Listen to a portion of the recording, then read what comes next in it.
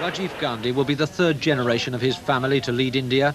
His mother's powerful personality came to the office of Prime Minister for the first time 18 years ago.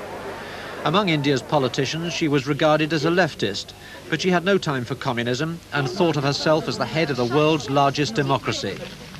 But there was a ruthless authoritarian streak in her, and the adulation she earned from millions brought her the hatred of many millions more. Her political career reached great heights and great depths, reflecting in the savagery of her battle with political opponents the enormity of India's domestic problems.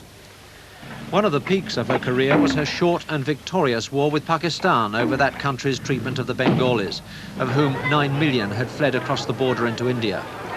In 2 weeks, the invading Indian army had occupied the whole of the disputed territory, out of which the new independent state of Bangladesh emerged under India's patronage. But Indira Gandhi then walked into a determined legal assault from her political opponents.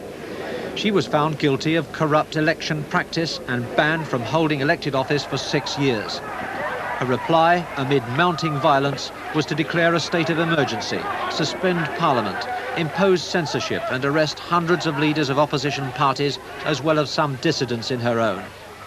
Still protesting her commitment to democracy, she tightened her grip on the country, postponing promised elections and extending the state of emergency as her son Sanjay's program of sterilization and slum clearance led to still more violence.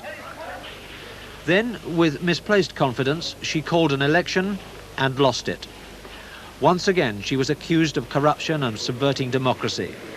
But even as she defied her accusers, refusing to cooperate with a commission of inquiry, her return to power was underway, and by 1980 she was back again as Prime Minister. But the extremes of Indian politics did not deprive Mrs. Gandhi of the reputation of a wise, skillful and courageous leader. And despite the excesses of her office, she maintained a respectful and workmanlike relationship with many other nations. Nonetheless, the crisis that was to be her last was born once again in the labyrinths of India's religious and ethnic hatreds. The golden temple of Amritsar, the holy shrine of India's Sikhs, was occupied by hundreds of armed Sikh extremists demanding an independent Sikh nation in the Punjab. Mrs. Gandhi sent in the troops, and despite initial attempts to minimize their assault on such a holy place, their operation became a massacre and the temple was badly damaged. For India's 14 million Sikhs and many others outside the country, it was an act for which there could be no forgiveness, and warnings of Mrs. Gandhi's death came thick and fast. That anybody who has done any sacrilege to this holy place of the Sikhs, he was never allowed to live. And I am afraid very soon you will see that somebody, somewhere, will kill Mrs. Gandhi, her whole family. But Mrs. Gandhi could only accept philosophically the possibility of assassination, as she did in this interview only a few weeks ago.